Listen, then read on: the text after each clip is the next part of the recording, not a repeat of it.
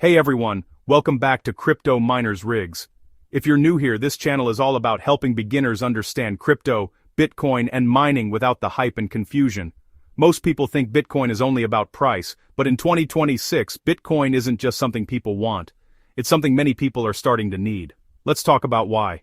When people first hear about Bitcoin, they usually think, is it going up? Should I buy some? Can I make money? That's normal, but Bitcoin was created for a much bigger reason. Bitcoin is digital property, money that no government controls, a system that runs 24/7 without permission, and that matters more as trust in traditional systems breaks down. Around the world, people are realizing banks can freeze accounts, governments can seize property, inflation quietly steals purchasing power. Even if you follow the rules, your money can still be taken or devalued. Bitcoin fixes one core issue. If you control the private keys, you control the money.